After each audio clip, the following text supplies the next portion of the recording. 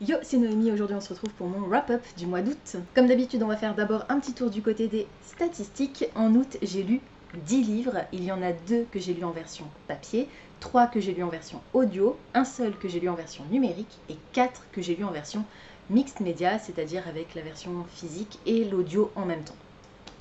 J'ai lu un total de 4049 pages, ce qui représente approximativement 130 pages par jour. Je suis ravie et je le suis d'autant plus que j'ai fait 0 abandon. Il y a eu 0 1 étoile, 0 2 étoiles, 0 3 étoiles, 5 4 étoiles et 5 5 étoiles, dont 5 coups de cœur, mesdames et messieurs. Incroyable, ma moyenne pour le mois d'août, c'est 9,21 sur 10. C'est une moyenne, c'est un mois à 5 étoiles au niveau des lectures. Je suis impressionnée. Je sais pas comment c'est possible. Je n'ai fait que d'excellentes lectures et franchement, ça fait du bien. Le premier livre que j'ai lu au mois d'août, c'est Song of Silver Flame Like Night. C'est le tome 1 de la série Song of the Last Kingdom de Amélie Wen-Tsao. Et je ne vais pas vous en parler dans cette vidéo parce que je vous en ai déjà parlé dans mon vlog Buzzword que vous avez vu précédemment. J'ai moyennement aimé, je pense que c'est celui auquel j'ai mis la note la plus basse de tout mon mois de lecture. Je lui ai mis 14 sur Livre Addict et 4 étoiles sur Goodreads. Je vais pas non plus vous parler spécialement de la série Daughter of the Moon Goddess de Su Lin-tan puisque je l'ai aussi lu dans le cadre d'un vlog, un vlog de série cette fois-ci que vous aurez aussi déjà vu. Énorme coup de cœur pour cette série. 3 fois 5 étoiles, c'était incroyable. Je vous le conseille de tout cœur, enfin je vous la conseille de tout cœur.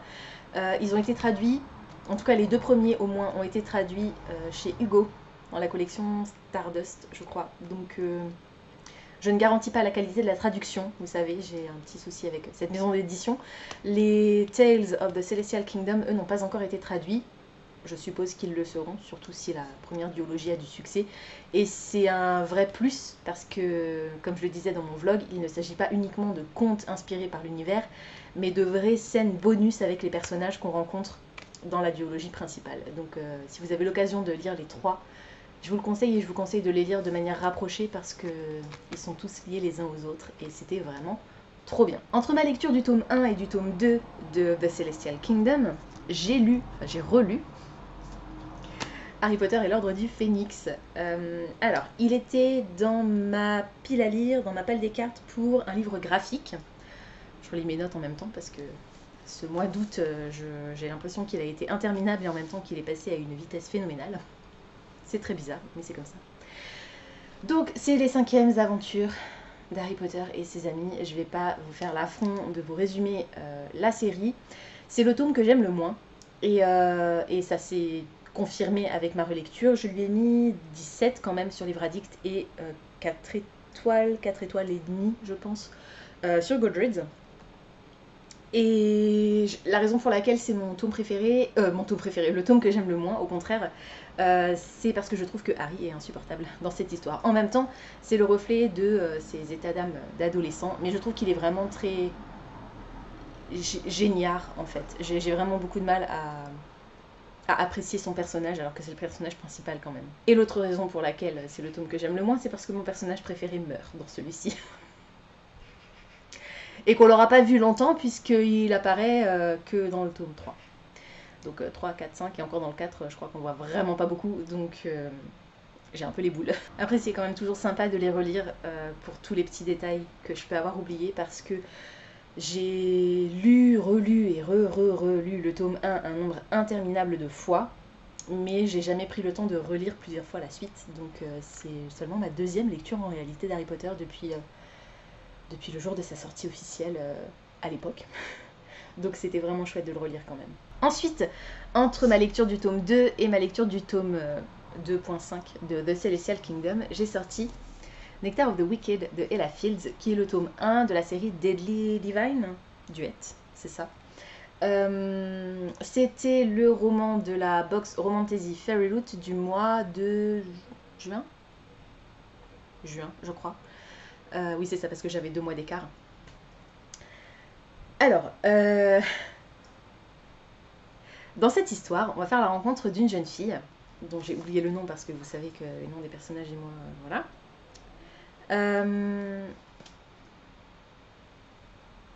Ah, mais c'est parce qu'en fait, elle a pas de nom. Elle s'appelle Flea au début. En fait, la personne qui l'a recueillie l'appelle Flea. En vrai, c'est une changelin qui a été donc abandonnée par les Fae quand elle était bébé, du côté des humains.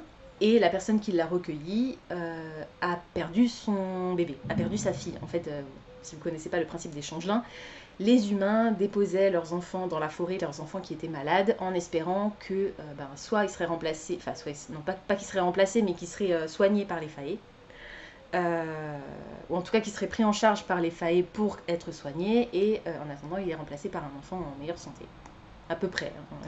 C'est très rapide et probablement pas très juste. Mais imaginez quelque chose comme ça. Et donc Flea, c'est une Fae qui a été échangée à la naissance et qui se retrouve dans le monde des humains. Elle est affreusement maltraitée par sa gardienne, la personne qui l'a recueillie. Et à l'âge de 18 ans, il me semble, 18 ou 21, elle a la possibilité d'aller au marché où les Fae viennent tous les ans, je ne sais plus si c'est tous les ans ou si c'est un peu moins régulier, pour demander à ce qu'on l'aide à retrouver sa famille, en fait, à retourner au pays des Fae et puis pouvoir comprendre d'où elle vient. En fait, c'est surtout sa gardienne qui veut retrouver sa fille. Et le problème, c'est que tout se passe pas réellement comme prévu, mais notre héroïne va se retrouver en présence d'un seigneur Fae qui va lui proposer de l'aider à découvrir d'où elle vient à condition qu'elle l'épouse. Donc, notre héroïne va accepter, parce que c'est le seul moyen qu'elle a d'entrer dans le monde de la féerie. Et de là va découler toute une histoire, une romance hyper spicy entre, pas vraiment amour et haine, mais il y a quelque chose de... Il y a énormément de secrets en fait, surtout de son côté à lui, dans un premier temps. Elle aussi, remarque, elle a des secrets, mais c'est quand même lui qui a le plus gros des secrets. Il va passer son temps à masquer la vérité sans vraiment lui mentir, mais sans vraiment tout lui dire non plus. Ça va créer énormément de tension et... c'était trop bien. Énorme coup de cœur aussi pour cette duologie parce que, je vais vous en parler aussi tout de suite dans la foulée, j'ai tellement adoré le tome 1 et vu la manière dont ça se termine, je ne pouvais pas faire autrement que de lire tout de suite le tome 2. Ce que j'ai fait, donc je vous mettrai la couverture par ici, il n'est pas encore paru de manière traditionnelle, mais l'autrice les avait sortis en auto-édition, en version numérique, donc j'ai réussi à trouver celui-ci à 99 centimes sur Kindle. Donc j'ai lu dans la foulée le tome 2 et c'était incroyable. J'ai adoré cette histoire. Alors il y a énormément de problématiques, il y a énormément de sujets qui sont... C'est une relation très... comment dire ah mince, problématique, oui, mais toxique, c'était ça le mot que je cherchais. On est enfin dans une vraie romantasy, parce que je vous l'ai dit, hein, les deux premiers romans qui étaient présents dans la box romantasy de la Fairy Loot m'avaient un peu déçue. Et là, enfin, ça y est, on a une vraie romantasy, comme je les attendais, enfin comme je l'attendais. On a des personnages qui sont tous les deux pas ni bons ni mauvais, mais vraiment au milieu, vraiment morally grey, comme on dit.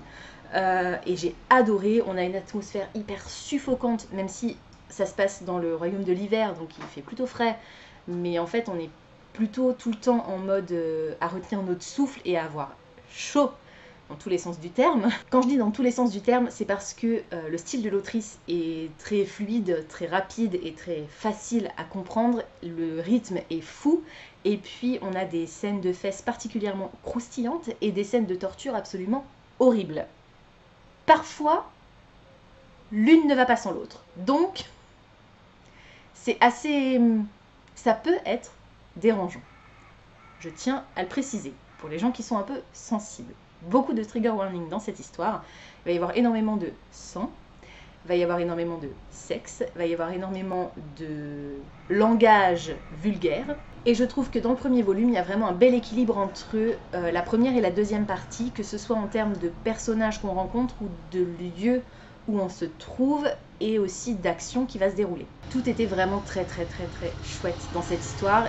C'est pour ça que je me suis jetée directement sur la suite dont je vous parle tout de suite. Wrath of the Damned, c'est le tome 2 de la série Deadly Divine Duet de Ella Fields, et je l'ai lu, comme je vous l'ai dit, en version numérique. On a une évolution des personnages par rapport au tome 1 qui est absolument phénoménale. L'autrice va traiter le sujet du stress post-traumatique avec énormément de justesse.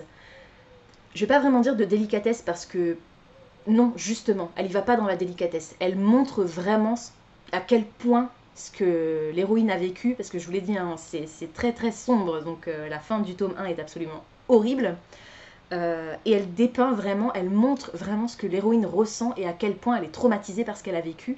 Et j'ai trouvé que c'était très juste, dur, mais nécessaire. C'est seulement une duologie, donc on sent les tensions monter au fur et à mesure de la bataille finale. Et dans ce tome 2, on a une alternance des points de vue entre l'héroïne et le love interest masculin qu'on n'avait pas dans le tome 1 et que j'ai trouvé très rafraîchissante. Jeu de mots tout à fait intentionnel, puisque je vous le rappelle, le love interest, c'est le roi de la cour de l'hiver.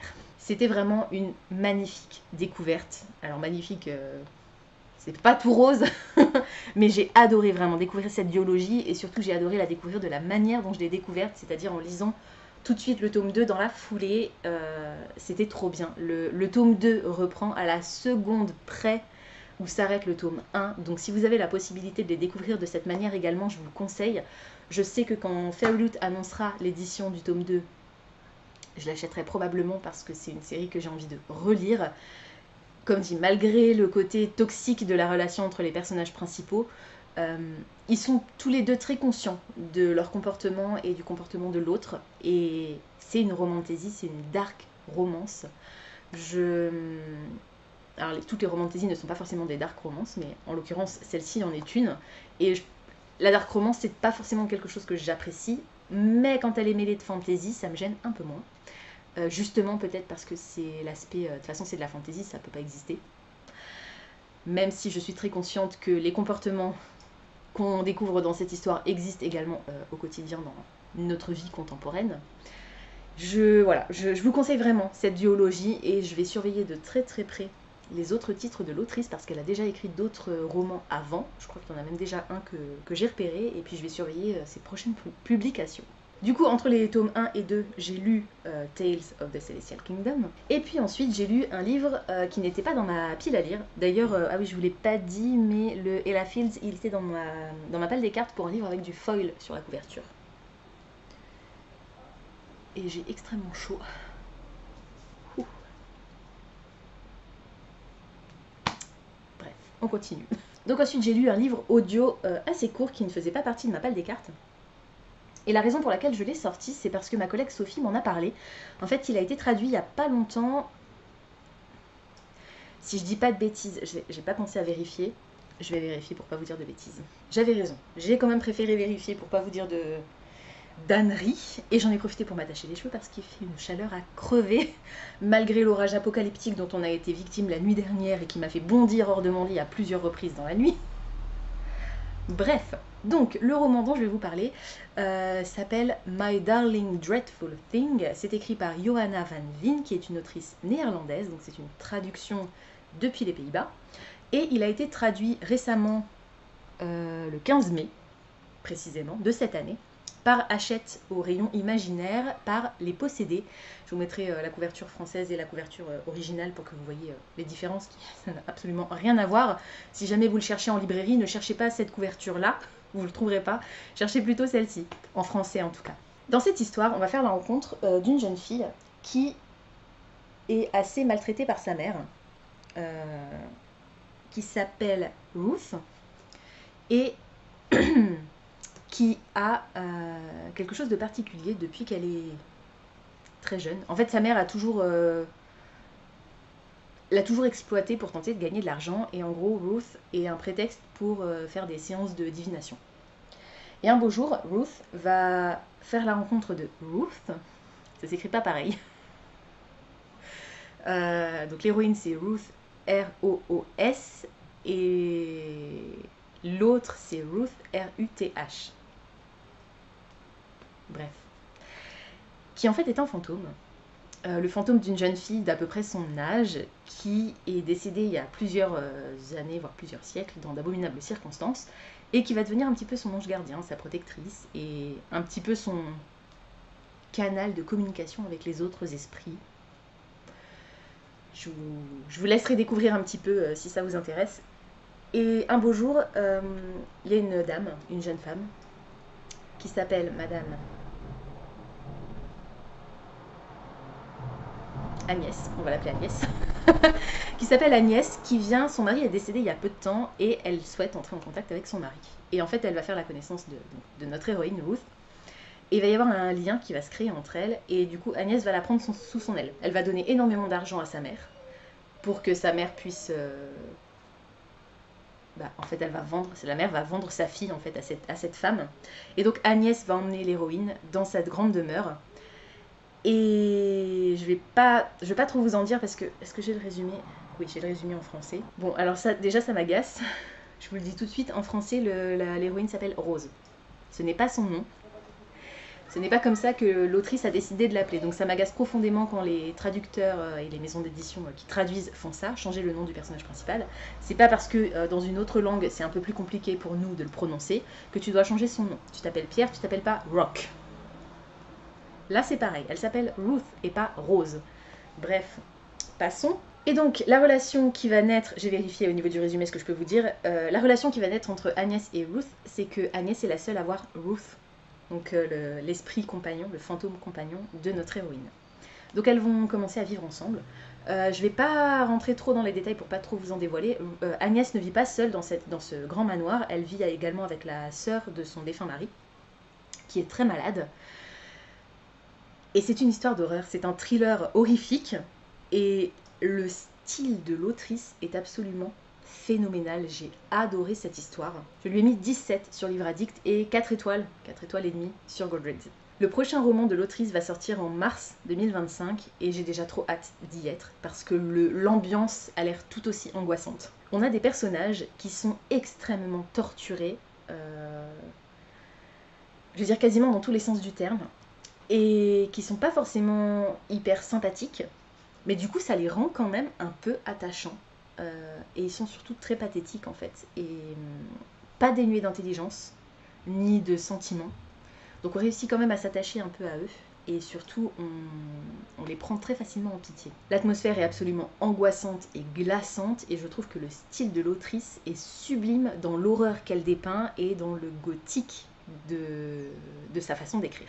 J'ai vraiment beaucoup aimé l'histoire, sa construction, d'où on part et jusqu'où on va. J'ai pas envie de trop vous en dire, mais on a une construction du récit qui est assez intéressante, pas forcément hyper originale, mais je trouve que la façon dont l'autrice décide de présenter son histoire est vraiment...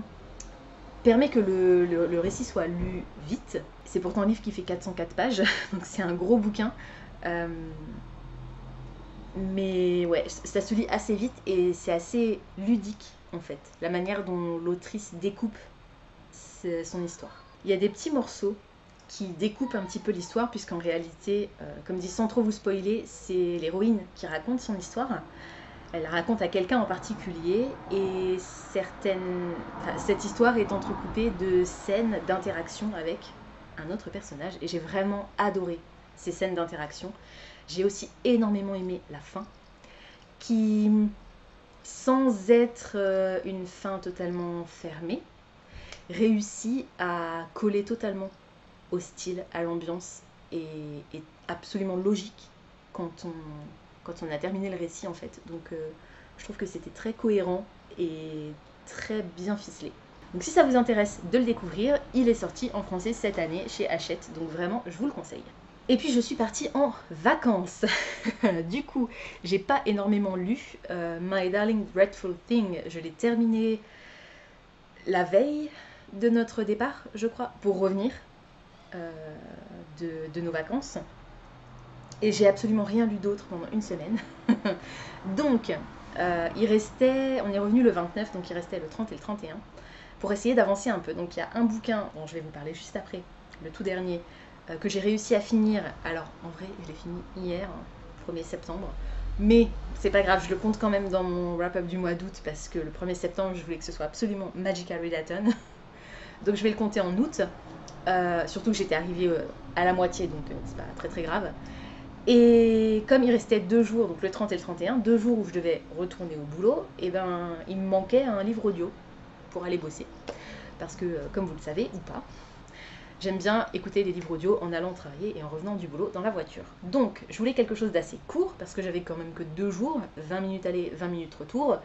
Ça fait même pas 2 heures, donc il me fallait un truc assez court. Du coup je suis allée sur Nextory pour fouiller un petit peu dans ma pile à lire de livres audio, et j'en ai trouvé un qui faisait un tout petit peu plus de 4 heures. Comme c'était du français et que je savais que j'allais pouvoir le lire en vitesse x2, ça réduisait à 2 heures. Donc on était à peu près bon, je savais qu'il m'en resterait un petit peu à écouter, mais pas forcément grand chose en rentrant le samedi, puisque les samedis pendant l'été, je termine à 13 heures. Donc j'aurai le temps samedi après-midi de le terminer. Ce qui a été le cas, et du coup j'ai lu Méduse de Martine Desjardins. Il a été, alors c'est du québécois, donc il est disponible en français et il a été traduit par une maison d'édition, enfin traduit, non pas traduit, il a été édité chez La Talente, donc en français. Comme dit, c'est du québécois, donc il n'y a pas eu de traduction, mais il est disponible chez un éditeur français, donc vous pouvez le trouver facilement en librairie, chez La Talente du coup, et à l'origine il était publié chez Alto, maison d'édition québécoise, et Alto l'a édité cette année en version audio.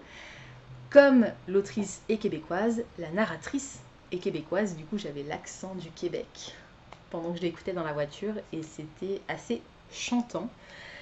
Et c'était plutôt cool. Alors en fait c'était très bien, c'était génial, j'ai adoré. Il y a juste un gros élément à la fin qui m'a complètement dérangé, enfin pas dérangé, mais ça m'a fait très bizarre. Mais j'ai quand même adoré cette histoire. Je lui ai mis 17, là encore, sur Livre Addict et 4 étoiles et demie sur Goodreads. Dans cette histoire, on va faire la rencontre d'une jeune fille qui se fait appeler Méduse depuis tellement longtemps qu'elle a oublié comment elle s'appelle, en réalité. Et elle se fait appeler Méduse parce que un jour que ses parents et ses 2 sœurs cadettes ou aînées, je ne sais plus, 2 de ses 2 sœurs, reviennent du zoo ou de l'aquarium, elle trouve que leur sœur ressemble un peu à une méduse. En fait, Méduse, elle a une difformité au niveau des yeux qui fait que personne ne peut la regarder sans faire une crise d'hystérie ou sans être pris de violentes crises d'horreur. Donc, sa mère la coiffe de manière à ce que ses yeux soient toujours camouflés. Jusqu'à la toute fin, on ne sait pas quelle est la difformité des yeux de Méduse. On l'apprend. Méduse va un beau jour être envoyée dans un pensionnat, un établissement qui recueille les jeunes filles qui, comme elle, ont des difformités physiques et qui sont du coup dérangeantes pour la société. Je vais m'arrêter là, je pense, pour le résumer, parce que je ne veux pas trop vous en dire. C'est un récit qui est assez court, comme je l'ai dit. On est sur un texte qui dénonce un petit peu la honte du corps et qui est profondément féministe et qui démontre que la puissance de la féminité peut parfois l'emporter sur le dégoût des hommes. Je parle bien de genre là. Donc, pas les hommes avec un grand H, les hommes, les mecs quoi. Donc, c'est extrêmement fort, c'est extrêmement horrible, c'est parfois carrément dégueulasse. Et ce qui m'a le plus dérangé dans cette histoire, c'est la manière dont ça se termine. Parce que au moment où on découvre la difformité dont est atteinte Méduse, ça prend son sens, tout prend son sens, parce que, comme je dis, c'est une ode à la féminité. Je ne veux pas vous dire à quoi ressemblent ses yeux, vous le découvrirez vous-même en lisant cette histoire. Mais depuis le début du récit, on n'a pas une seule scène de sexe. On n'a pas une seule scène de viol. On a une agression sexuelle à un moment donné. Je préfère vous le dire pour que vous soyez informés. Par contre, toutes les scènes qui se déroulent, quasiment tout le récit a une connotation sexuelle, a un miroir, et c'est rigolo que je parle de miroir d'ailleurs, parce que Méduse ne s'est jamais vue dans un miroir, elle refuse de savoir à quoi ressemblent ses yeux. On a la scène à laquelle on assiste, et puis on a à travers un miroir, on voit ce que l'autrice essaye de faire passer comme message. Et quand on parle de jeu dans l'histoire avec des ballons, des dés, des plateaux et des pions, et ben forcément on pense à un autre type de jeu. Donc c'est une ambiance qui est vraiment très lourde, très presque poisseuse, j'ai envie de dire. Heureusement que le récit est court parce que c'est vraiment très pesant, mais j'ai trouvé que c'était un beau message. Alors pas un beau message, un message fort, parce que beau, pas vraiment, mais fort. La fin est vraiment trop what the fuck pour moi. Je pense que l'autrice allait un peu loin dans sa démonstration de la puissance de la féminité, mais d'un autre côté c'était le but.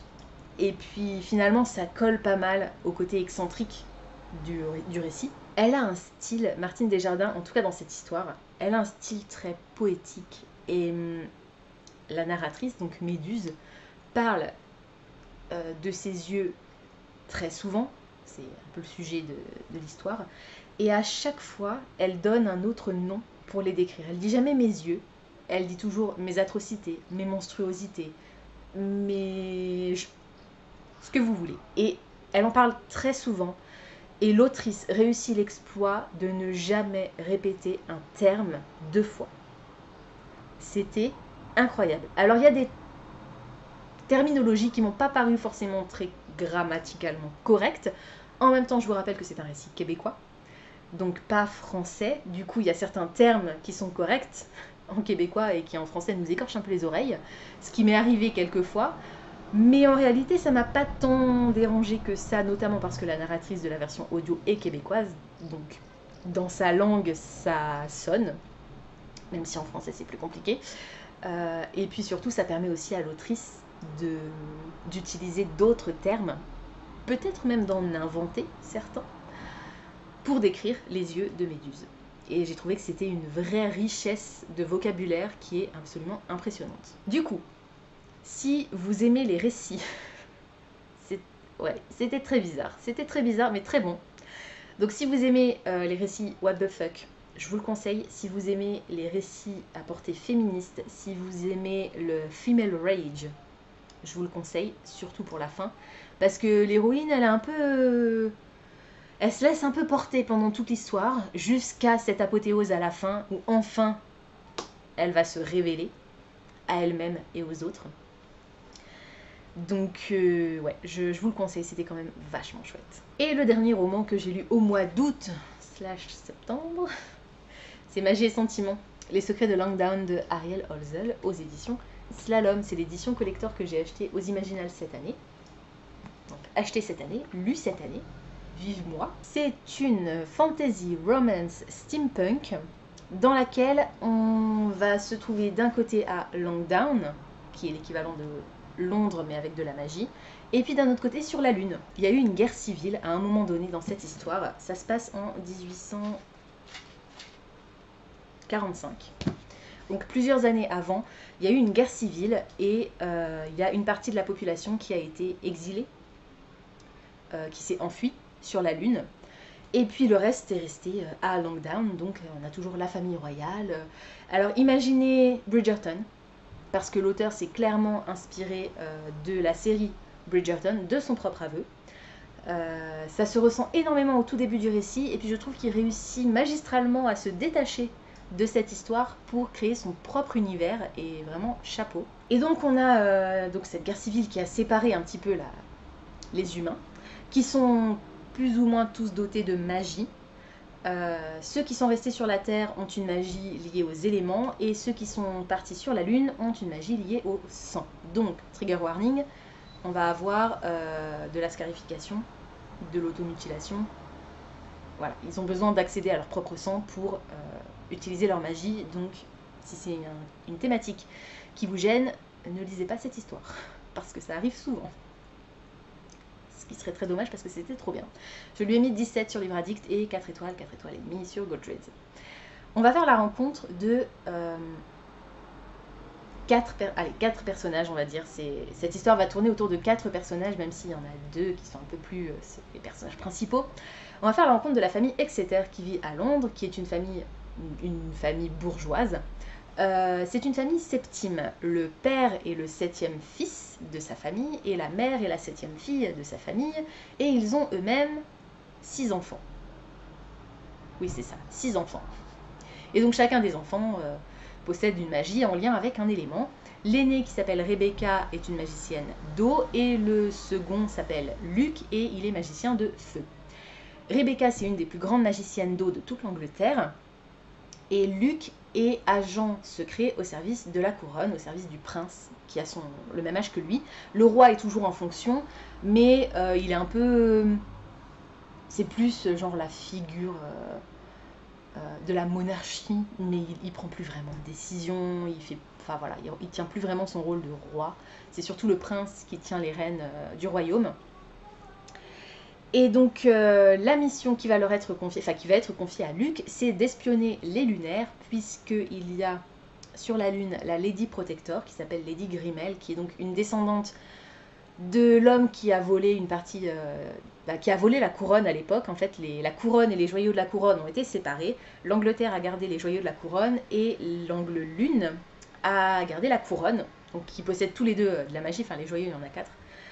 Et la couronne est toute seule, et chacun possède sa magie. Et du coup, c'est ça qui a permis de créer la vie, en fait, de créer un espace suffisamment vivable sur la Lune. Et donc, la Lady Protector actuelle est une descendante de cet homme qui, à l'époque, a défier l'Angleterre et à mener à la guerre civile. Et elle va décider d'envoyer sur Terre un frère et une sœur, d'une famille aussi, d'une famille bourgeoise de l'Angle-Lune, parce que, alors je vais pas vous dire pourquoi, c'est pas marqué dans le résumé, donc je vais pas vous dire pourquoi. En gros, l'Angleterre et l'Angle-Lune décident que ça y est, maintenant ça fait des années, ça fait des siècles même, qu'il n'y a plus eu de contact entre l'Angleterre et l'Angle-Lune, et il est temps de renouer la relation entre ces deux nations.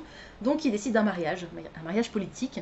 Et l'idée c'est que Rebecca, l'aînée des Exeter, épouse Nathaniel, qui est l'aîné de la famille Ashton, donc de l'Angle-Lune. Évidemment, je vous ai dit que Rebecca avait un frère, et je vous ai dit qu'il y avait un frère et une sœur sur l'Angle-Lune, donc vous voyez venir la romance. On va avoir je vais même pas dire un carré amoureux parce qu'il n'y a pas d'échange de sentiments chez les uns, chez les autres, chez machin, chez truc. Il y a juste 2 couples en fait qui vont se créer.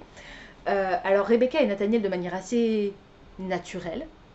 Ça tombe bien parce qu'ils sont censés se marier de toute façon. C'est eux qui est censé être le couple qui va relier un petit peu les 2 nations. Et puis d'un autre côté, Luke et Shiva, la sœur de Nathaniel, vont se crêper le chignon dès le début, ils vont pas pouvoir se saquer et en fait ça cache des sentiments un peu plus compliqués que ça. J'ai adoré cette histoire, c'était trop bien. L'histoire est un peu plus sombre que ce à quoi je m'attendais. Ça rend l'atmosphère un peu plus inquiétante et on a un vrai complot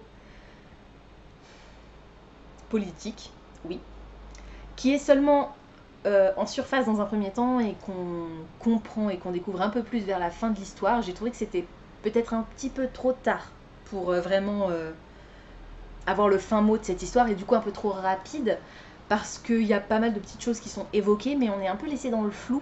En fait, les Ashton ont été sélectionnés pas seulement pour épouser une terrienne, ils sont aussi envoyés sur Terre pour quelque chose d'autre.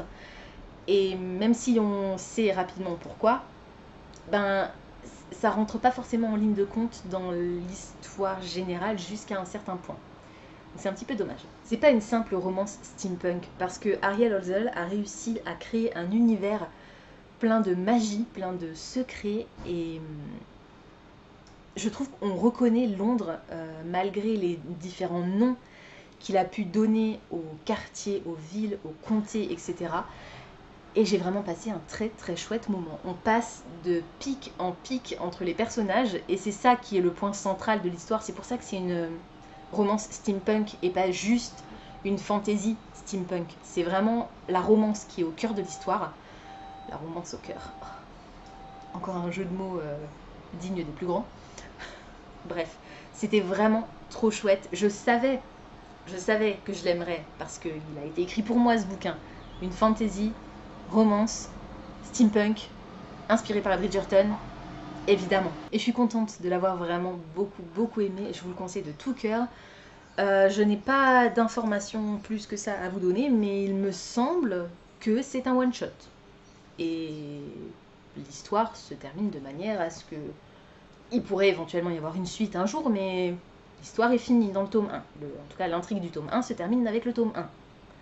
Donc, je pense que ça doit être un one-shot. Je demanderai à Ariel, peut-être en novembre à Colmar, s'il est présent. Sinon, vous imaginez à l'année prochaine. Voilà, c'est tout pour aujourd'hui. J'espère que cette vidéo vous aura plu. Comme d'habitude, n'hésitez pas à me dire dans les commentaires si certains des titres que je vous ai présentés aujourd'hui vous intéressent, si vous les avez déjà lus et surtout ce que vous en avez pensé. N'hésitez pas également à me dire ce que vous avez lu au mois d'août. Est-ce que vous êtes partis en vacances? Est-ce que c'était bien les vacances? Est-ce que vous avez hâte de reprendre le boulot ou l'école? Bon courage si vous reprenez l'école. Aujourd'hui, on est le 2 septembre, donc la reprise des cours, c'est aujourd'hui. Que vous soyez prof ou élève, bon courage. Et si vous étiez en vacances et que vous reprenez le boulot, bon courage. Et bon courage à moi-même pour le boulot. Au mois de septembre, ça va être chaud. Pensez à vous abonner à la chaîne, à liker et à partager cette vidéo, ça me fera toujours plaisir. Pensez également à activer la petite cloche des notifications qui vous permettra de savoir quand je poste du nouveau contenu. En attendant de vous retrouver, je vous souhaite d'excellentes lectures. Je vous dis à très bientôt dans une prochaine vidéo. Ciao!